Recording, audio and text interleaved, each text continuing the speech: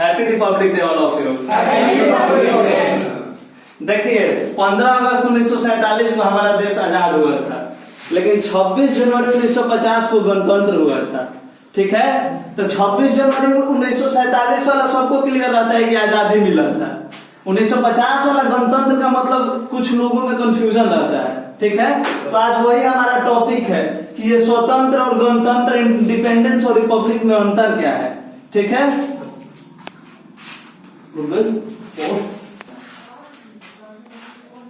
Independence day 15 अगस्त 1947 स्वतंत्रता दिवस, इसी दिन हमारा देश स्वतंत्र हुआ था।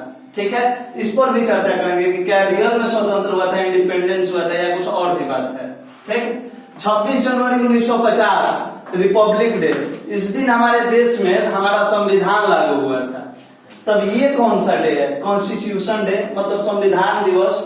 26 नवंबर 1949 इस दिन हमारा संविधान बनकर रेडी हो गया था। पूरा रूप से हमारा संविधान बनकर रेडी हो गया था 26 नवंबर 1949 में। हमारा प्रस्तावना में भी ये डेट का जिक्र है, लेकिन इस डेट का जिक्र नहीं है। ठीक है, तो 15 अगस्त 1947 को जब देश आजाद हुआ तो इसके पहले हमारा देश क्या था? गुलाम था। ठीक, गुलाम था यानी कि कॉलोनी था। कॉलोनी अंग्रेजों का उपनिवेश था। 15 अगस्त 1947 से पहले हमारा देश अंग्रेजों का उपनिवेश था। इसका मतलब कि इससे, इस डेट से पहले पूर्ण रूप से हमारे ऊपर अंग्रेजों का अधिकार था। ठीक, लेकिन हमारे जो नेता थे, हमारे देशभक्त जो नेता थे, वो बहुत पहले आजादी का मांग नहीं कर रहे थे, कुछ और चीज का मांग कर रहे थे। ठीक है, उस वर्ड का नाम है डोमिनियन स्टेटस। हिस्ट्री वगैरह में पढ़े होंगे आप लोग, डोमिनियन स्टेटस। डोमिनियन स्टेटस का होता है, डोमिनियन स्टेटस इंडिपेंडेंस के इक्वल है सारे मामले में सिवाय एक मामले के। इसमें क्या होता है कि पूरा रूप से एक देश दूसरा देश से आजाद हो गया होता है, लेकिन उसके ऊपर नाम मात्र का अधिकार कि उसका हेड ऑफ स्टेट जो है दूसरा स्टेट है। तो पहले हमारे लीडर लोग मांग करते थे कि हमको डोमिनियन स्टेटस केवल चाहिए, कि हम सारा काम अपनी मर्जी से कर सके, लेकिन मतलब कि आप ही का अधिकार रहेगा, नाम रहेगा कि कोई भी काम आप ही के अंडर में होकर हो रहा है, लेकिन सारा अपनी मर्जी से हो। ठीक है, तो फिर जब मांग होते गया अगर नहीं मिल पाया तो इसके बाद डोमिनियन स्टेटस के बाद अब डोमिनियन स्टेटस से हट के हमारे लीडर्स लोग पूर्ण स्वाधीनता का मांग करने लगे कि अब हमें डोमिनियन स्टेटस नहीं चाहिए, पूर्ण स्वाधीनता चाहिए, मतलब कि इंडिपेंडेंस चाहिए। हमारे लीडर लोग का मांग होने लगा अब कि हमको इंडिपेंडेंस चाहिए, पूर्ण स्वाधीनता चाहिए। लेकिन हम लोग तो इंग्लैंड के गुलाम थे, तो इंग्लैंड में उस समय कंजर्वेटिव पार्टी के सरकार था विंस्टन चर्चिल का। उस समय इंग्लैंड के प्रधानमंत्री विंस्टन चर्चिल थे। ठीक है, तो विंस्टन चर्चिल के विपक्ष में जो थे लेबर पार्टी के क्लेमेंट एटली थे, इटली नहीं एटली। ठीक है, क्लेमेंट एटली ने बोला कि अगर मेरा सरकार आता है तो हम भारत को आजाद कर देंगे, स्वाधीनता दे देंगे। ठीक है, तो भारतीयों ने उनको सपोर्ट किया और भारत आजाद हो गया। आजाद होने के बाद वो अपने कहे अनुसार भारत की आजादी का काम चालू किए, भले वो जीतने के बाद भारत की आजादी का काम चालू किए। इसके लिए उन्होंने एक कैबिनेट मिशन बनाया। कैबिनेट मिशन में 3 मेंबर थे, स्टेफर्ड क्रिप्स, एबी अलेक्जेंडर और पैथिक लॉरेंस, जिसके अध्यक्ष थे पैथिक लॉरेंस। इन तीनों की अध्यक्षता में ये जो कमेटी बनी थी, इसका काम था कि भारत को जब स्वाधीनता दिया जाए तो भारत अपना लड़खड़ाए नहीं, अपना नियम कानून खुद बना सके, इसके लिए भारत को संविधान बनाने का चुनौती दिया जाए। तो कैबिनेट मिशन ने सबसे पहले चुनाव करवाया, इलेक्शन। ठीक है, कि कौन राज्य से अपने अपने नेता चुन के दीजिए आप लोग कि आपके तरफ से आपका रिप्रेजेंटेटिव कौन होगा, कौन आपके लिए नियम कानून बनाएगा। ठीक है, तो जब इलेक्शन हुआ 1946 में जब पूरे देश में चुनाव हुआ, उस समय 389 कॉन्स्टिट्यूशन मतलब संविधान सभा के 389 मेंबर चुने गए पूरे देश से। ठीक है, देखिए ध्यान से, ये बात 1946 का है। 1946 मतलब कि अपना देश उस समय गुलाम था। ठीक है। 1946 मतलब कि उस समय पाकिस्तान का जन्म भी नहीं हुआ था, ठीक। तो उस समय जब 1946 में पूरे भारत में चुनाव हुआ, मतलब भारत ये भी है, ये पाकिस्तान भी भारत था और ये बांग्लादेश भी भारत था, तो पूरे भारत से चुनाव करके 389 मेंबर इलेक्ट हुए, निर्वाचित हुए। लेकिन जब 1947 में देश बंट गया तो कुछ पाकिस्तान में चले गए, तो इंडिया में 299 मेंबर बचे। आजादी के बाद 299 मेंबर संविधान सभा में, ठीक। फाइनल सिग्नेचर 24 जनवरी 1950 को हुआ था। उस समय 284 बचे। हो सकता है कि कुछ इधर उधर चले गए, हो सकता है कि कुछ का देहांत हो गया हो, ठीक है। उस समय 284 बचे, ठीक। जो हमारा संविधान रेडी हुआ था वो 60 देशों के संविधान का स्टडी करने के बाद रेडी हुआ था, ठीक है। अगर वजन देखा जाए तो उसका वजन लगभग 13 किलो है। हमारे संविधान का वजन 13 किलो और इसे बनाने में 2 साल 11 महीना 18 दिन लगा है। कोई भी क्वेश्चन पूछता है कि हमारे संविधान बनाने में सबसे महत्वपूर्ण योगदान किसका था, तो आंसर होता है कि डॉक्टर भीमराव अंबेडकर, ठीक है। क्योंकि हमारे संविधान सभा में 13 कमेटियां थी, जिसमें सबसे प्रमुख कमेटी थी प्रारूप कमेटी, और उसके हेड कौन थे, B.R. अम्बेडकर, डॉक्टर भीमराव अंबेडकर, ठीक है। डॉक्टर भीमराव अंबेडकर अकेले नहीं बनाए थे संविधान, उनके साथ बहुत सारे लोगों का योगदान था हमारे संविधान बनाने में। हमारे संविधान बनाने में एक नाम आएगा M.N. रॉय, ठीक है। M.N. रॉय भी कानून के बहुत बड़े ज्ञाता आदमी थे। वो संविधान सभा के मेंबर नहीं थे, लेकिन वो संविधान सलाहकार थे, ठीक है। हमारे संविधान सभा में संविधान सलाहकार के पद पे थे M.N. रॉय। ये कानून के बहुत बड़े ज्ञाता आदमी थे। इसी से पता चल जाता है कि जब म्यांमार का संविधान बन रहा था तो उस समय भी संवैधानिक सलाहकार यही थे। इनका भी M.N. रॉय का भी योगदान बहुत अधिक था संविधान सभा में, ठीक है। देखिए संविधान में, हमारे संविधान में 22 भाग, 395 अनुच्छेद और 8 अनुसूची थी, ठीक है। जब संविधान बन के रेडी हुआ था तो 22 भाग, 395 अनुच्छेद और 8 अनुसूचियां थी, जो बाद में 22 भाग से बढ़ के 25 भाग हो गया, ठीक है। अमेंडमेंट होता है, अनुच्छेद मतलब आर्टिकल नंबर 368 में अमेंडमेंट्स है, संशोधन, कि आप ये दक्षिण अफ्रीका के संविधान से दिया गया है। जब भी आपको लगे, ऐसा महसूस हो कि संविधान में ये संशोधन का जरूरत है, तो आप संसद से जो उसका रूल है उसको फॉलो करते हुए आप संशोधन कर सकते हैं। तो बाद में संशोधन करके 3 अनुसूची और जोड़ा गया, लेकिन रियल में भी 22 अनुच्छेद है, 22 भाग है। इसमें A-B-C करके इसी में जोड़ दिया गया है, 8वां का A, 9वां का A करके, तो अब पूरा मिला के 25 गो हो गया है, ठीक है। अनुच्छेद अभी भी 395 ही है, लेकिन 448 में से हो गया, तो बाद में जो नया नियम बना उसको 51 का A में, 41 का D में, 19 का B में करके जोड़ा गया। जोड़ते जोड़ते ही 448 हो गया। 8 अनुसूची थी, लेकिन ये 12 अनुसूची हो गई, इसको ABC करके नहीं जोड़ा गया है, पूरा जोड़ दिया गया है, ठीक है। अब देखिए हमारा जो संविधान बन रहा था 26 जनवरी 1950 को, उसके पहले अंग्रेजों का एक एक्ट था, इंडिया इंडिपेंडेंस एक्ट 1935, ठीक है। भारत शासन अधिनियम 1935। तो जब भारत को आजाद करने का मीटिंग चल रहा था ब्रिटेन के संसद में, तो जैसे कि इस डेट को तो भारत आजाद हो चुका था, ठीक है, लेकिन रिपब्लिक नहीं हुआ था। तब तक कैसे चल रहा था शासन, इसका मतलब तब तक अंग्रेजों के बनाए शासन पे ही चल रहा था। तो अंग्रेजों का जो भारत शासन अधिनियम 1935 था उसी से चल रहा था। बाद में जब हमारा संविधान बना तो 395 अनुच्छेद में से 200 अनुच्छेद same to same without any change अपने कॉन्स्टिट्यूशन में डाल दिया गया, ठीक है। मतलब कि ये भारत शासन अधिनियम 1935 बहुत ही इंपॉर्टेंट हो जाता है। जब हमारा भारत आजाद हुआ उस समय वहां के संसद में पारित हुआ था India independence act, India independence act, ठीक है। इंग्लैंड की सरकार भारत में शासन करने के लिए जो शासन अधिनियम चला रहे थे, भारत आजाद हुआ था 1947 में भारत शासन अधिनियम 1947 के तहत, ठीक है। इंडिया इंडिपेंडेंस एक्ट 1947, उसके पहले यहाँ पे गवर्नर जनरल होते थे, ठीक है। जब भारत आजाद हुआ तभी भी गवर्नर जनरल था, क्योंकि भारत अभी आजाद हुआ था, गणतंत्र नहीं हुआ था, ठीक है। तो भारत कब गणतंत्र हुआ, ये गवर्नर जनरल हटे कैसे, अब हम बताएंगे आप लोगों को। 15 अगस्त 1947 को जब हमारा देश आजाद हुआ, वो उस समय हमको डोमिनियन स्टेटस मिला, ठीक है। डोमिनियन स्टेटस मतलब कि अभी भी हमारा प्रमुख कौन था, इंग्लैंड का सरकार, मतलब हम लोग पूरी तरह से आजाद हो गए थे, नाम मात्र के लिए अभी हमारा प्रमुख कौन लिखा जा रहा था, अंग्रेज, इंग्लैंड के सरकार, ठीक है। तो यहाँ से लेके यहाँ तक के सफर तक हमारा प्रमुख यही था, मतलब इसके बीच में हमारा कोई प्रेसिडेंट नहीं बना था।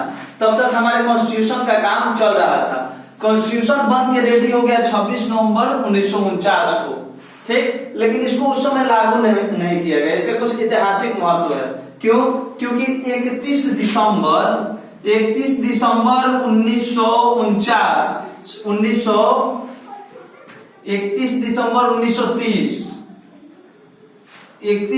1930 में लाहौर अधिवेशन में, कांग्रेस के लाहौर अधिवेशन जब हुआ 31 दिसंबर 1930 के, उस समय पंडित जवाहरलाल नेहरू वहां के अध्यक्ष थे। वहां पर डोमिनियन स्टेटस से हट के पहली बार पूर्ण स्वाधीनता का मांग किया गया, और अंग्रेज तो देने वाले थे नहीं 1930 में स्वाधीनता। तो पंडित जवाहरलाल नेहरू बोले कि अब तो 31 दिसंबर 1930 में जनवरी के लास्ट संडे को हम लोग खुद से स्वाधीनता दिवस मनाएंगे, ठीक है। तो जब 1930 आया, जनवरी का लास्ट संडे का दिन था 26 जनवरी।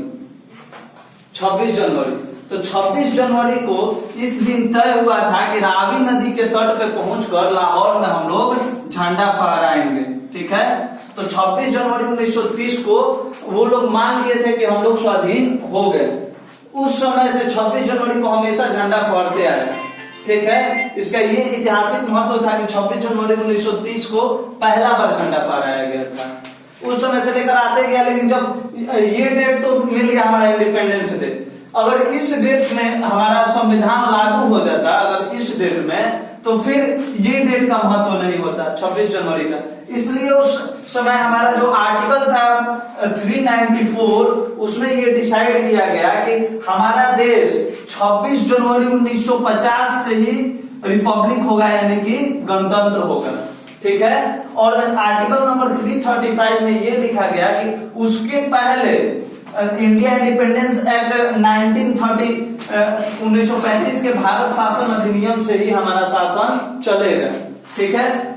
लेकिन जब जैसे ही 26 जनवरी 1950 आएगा, उसके बाद ये एक्ट खत्म हो जाएगा, ठीक है। तो इससे पहले जो था ना 14 अगस्त 1947 से पहले हमारा देश गुलाम था, ठीक है। और लास्ट गवर्नर जनरल थे लॉर्ड माउंटबेटन, ठीक है। उसके पहले वायसराय बोला जाता था, उसके पहले गवर्नर जनरल बोला जाता था। इसलिए यहाँ पर भी और जी दोनों लिखा गया है कि वायसराय और गवर्नर जनरल मिलकर इंग्लैंड के प्रतिनिधि के तौर पे भारत में शासन करते थे, ठीक है। लॉर्ड माउंटबेटन यहाँ के लास्ट गवर्नर जनरल थे, ठीक है। अब 15 अगस्त 1947 से लेके 21/6/1948 तक लॉर्ड माउंटबेटन ही गवर्नर जनरल रहे। 1948 इंग्लैंड का प्रतिनिधि शासन कर रहा है।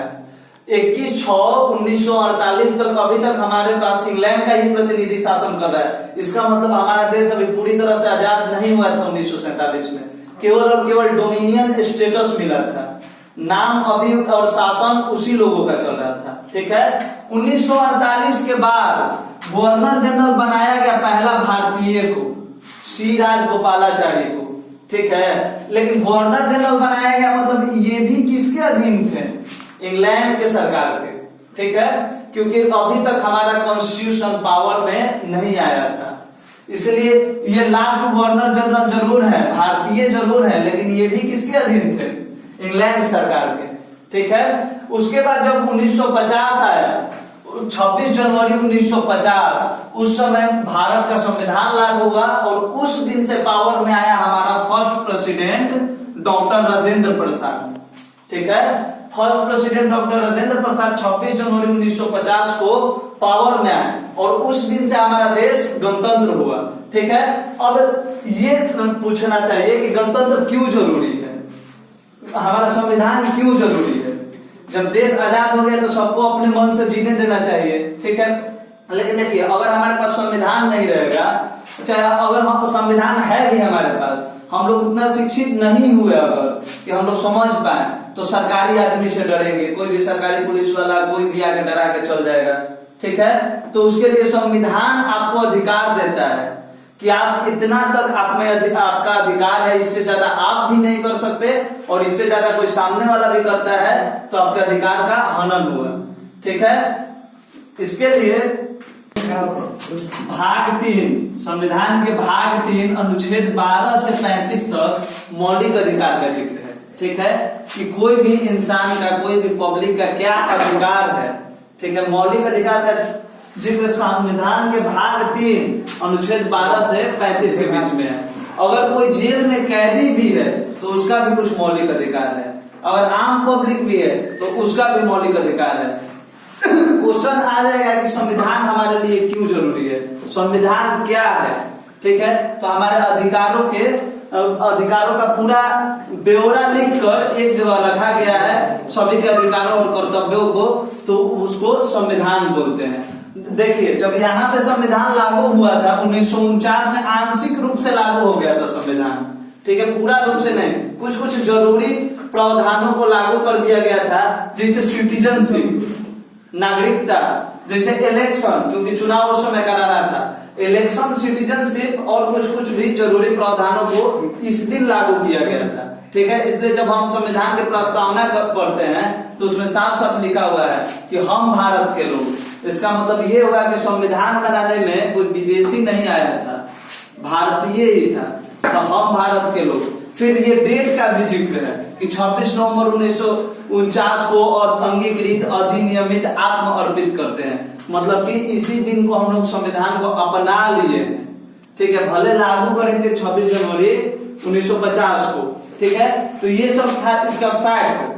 संविधान क्यों जरूरी है ये भी आप लोग समझ गए होंगे कि कोई भी देश में फिर हम लोग मोनार्की तरफ, राजतंत्र की तरफ न बढ़े, लोकतंत्र में ही रहे, इसके लिए नियम कानून बना दिया गया है कि कोई भी पद वंशानुगत ना हो जाए, किसी का भी शासन का एक लिमिटेशन हो, वो अपने लिमिट को पार न कर पाए। ठीक है, इसलिए हमारा संविधान जरूरी था। अब आप लोगों का राय लिया जाएगा। चलो आओ विवेक कुमार, जल्दी जल्दी। जब भारत का दास्ता वक्त सुनाएगा, जब भारत का दास्ता वक्त सुनाएगा, याद रखना दुश्मनों पत्थर भी आंसू बहाएगा। हम भूल जाएंगे जिंदगी के वे सारे रिश्ते और बर्बाद कर देंगे उसको जो भारत की तरफ आंख उठाएगा, जो भारत की तरफ आंख उठाएगा।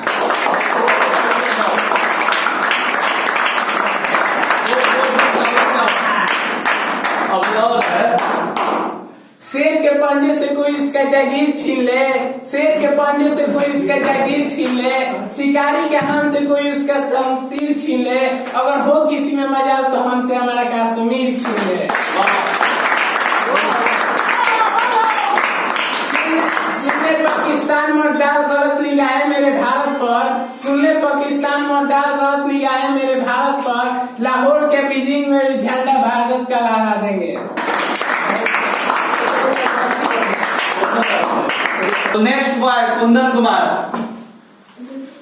बोलो। कर गुजर गए वो भीम थे, दुनिया को जगाने वाले भीम थे। हमने तो सिर्फ इतिहास पढ़ा था यारो, इतिहास तो बनाने वाले तो भीम थे।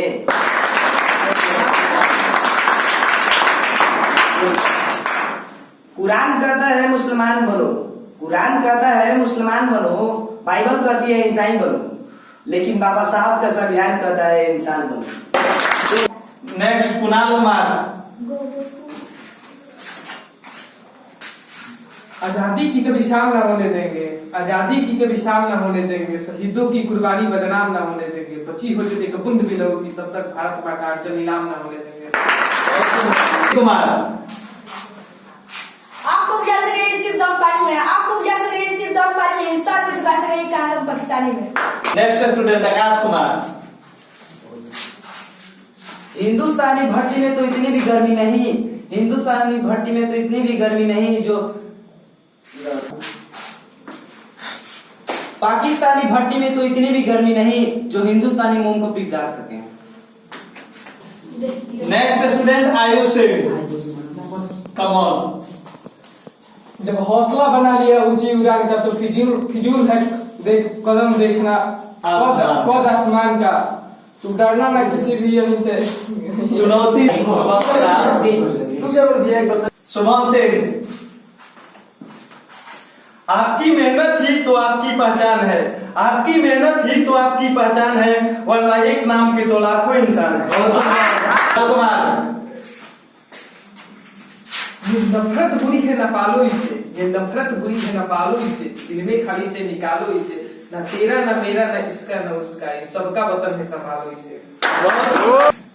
ना पूछो जमानों से क्या हमारी कहानी है, ना पूछो जमानों से क्या हमारी कहानी है, बस इतना कि मैं हिंदुस्तानी। Next student Aman Singh. आ जाइए।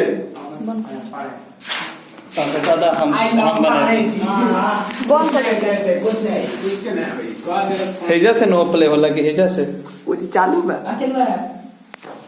देखिए आज कुछ बोलने वाले हैं। देखिएगा बहुत सारे लड़के सोचते हैं कि सूत्र पता चल जाता है क्या चीज का, सफलता का। सोचता है सफलता का सूत्र पता चला जाए तो सारा काम हो जाएगा। सफलता का सूत्र सबके पास जाएगा तो अलग अलग है, हमें भी पता है सफलता का सूत्र क्या है। सफलता का सूत्र बस इतना है, सफलता का सूत्र बस इतना है कि जो काम आपके और हमारे हाथ में है उसे बड़े गरिमापूर्ण ढंग से करने का तरीका ही सफलता का सूत्र होता है। जो काम आपके हमारे हाथ में है उसे बड़े गरिमापूर्ण ढंग से करने का तरीका वही सफलता का सूत्र होता है। कैसे कि आपको कोई काम दिया जा रहा है, चलिए आपको खेतों ही में काम दिया जा रहा है, आपको पसंद नहीं आ रहा, आप जैसे तैसे कर दिए, आपको 5 मिनट में देखा जा रहा है कि आप कैसा काम कर रहे हैं। आपको दिखा गया कि आप काम करने के लिए दिए, आपने पूरा काम ही नहीं किया, मन लगा के नहीं किया, कोई भी काम आप छोटा सा काम नहीं सही से कर पा रहे हैं, तो आपको प्रधानमंत्री का पोस्ट दे दिएगा तो आप क्या करिएगा? जब आपसे छोटा से छोटा काम नहीं हो रहा है तो आपसे मैंने देश क्या संभालिएगा? आपसे तो बड़ा काम कभी नहीं होगा। आयुष सिंह। कर दिखाओ कुछ ऐसा कि हर कोई करना चाहे आपके जैसा। विवेक सिंह। विवेक। मुश्किल नहीं दुनिया में कुछ भी, तू जरा हिम्मत तो कर। मुश्किल नहीं दुनिया में कुछ भी, तू जरा हिम्मत तो कर। ख्वाब बदलेंगे हकीकत में, तू जरा कोशिश तो कर। ख्वाब बदलेंगे हकीकत में, तू जरा कोशिश तो कर। सीने में जुनून और आंखों में देशभक्ति का चमक रखता हूँ।